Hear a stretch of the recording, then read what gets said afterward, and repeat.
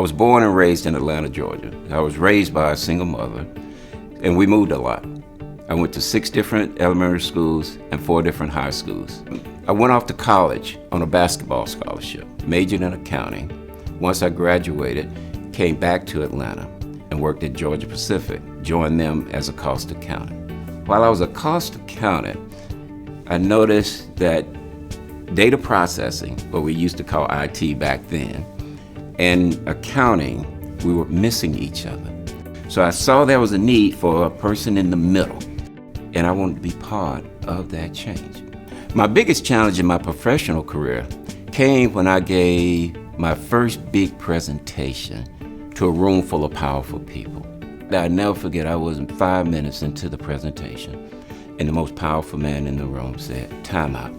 That's the worst recommendation I've ever heard before in my life."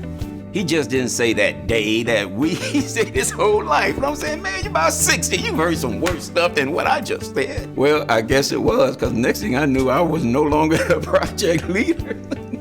And I'm laughing about it now, but you can imagine how deflated I was. Then I get a phone call.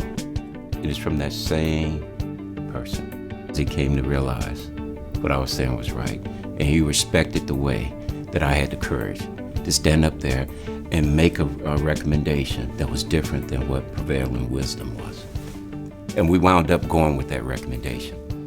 And what I take even greater pride in, how that challenge actually became a triumph, is that the idea or the recommendation didn't even come from me. It came from one of our frontline people. And that became kind of the basis of my leadership style. Leaders have 2 responsibilities. The first responsibility is to make a difference. And the way you make a difference, you have to be willing to be different. The second responsibility is to develop other leaders. And the way you develop other leaders is to spend time with other people.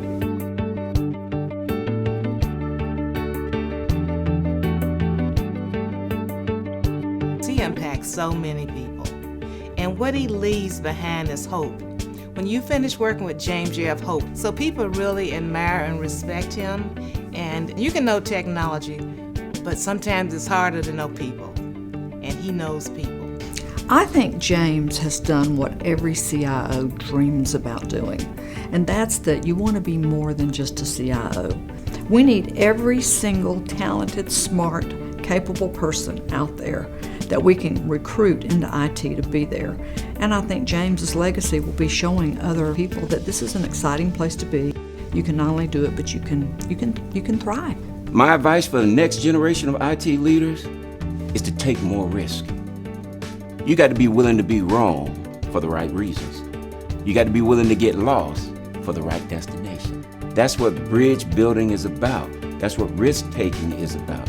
You have to be willing to build bridges that have not been built before. Georgia's current technology community is vibrant, and its future is bright. And it's bright because IT is getting more powerful and more pervasive each and every day.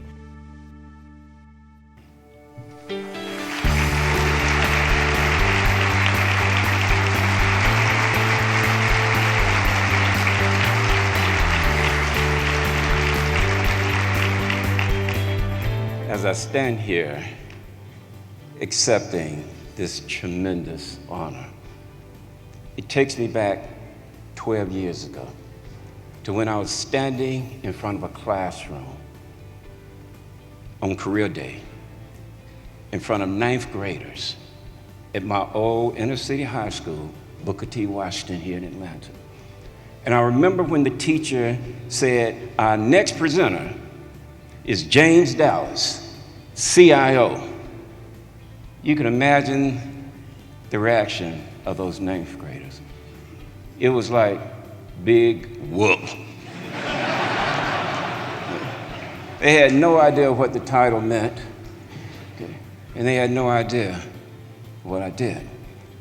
And I remember as I was walking up, one of the kids in the room, and there's always that one kid, said, "So what do you do?" Okay? And I said, "I do 3 things. I break down barriers, I build bridges, and I bring people together. Then he said, so what barriers do you break down? I said, the first one is always the mental barrier that limits people's thinking on what's possible. Then I build a bridge between the possibilities and the opportunities. Then, and this is the fun part of what I do, I get people to cross that bridge and roll up their sleeves and work together to turn those possibilities into realities. Next thing that kid was saying, I want to be a CIO. Yes, that's what we do. That's how we're changing the world. That's what this award is about. I'm tremendously honored to be recognized by my peers. I'm tremendously fortunate to have the family that I have.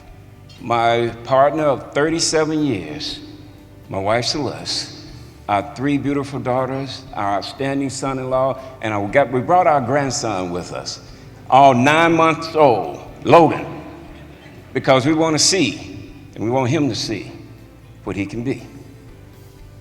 You all are getting people to see what they can be. I also want to thank my friends and my coworkers who at times, like my family, had more faith in me than I even had in myself. So thank you all for this tremendous honor. And as CIOs, let's go change the world. Thank you.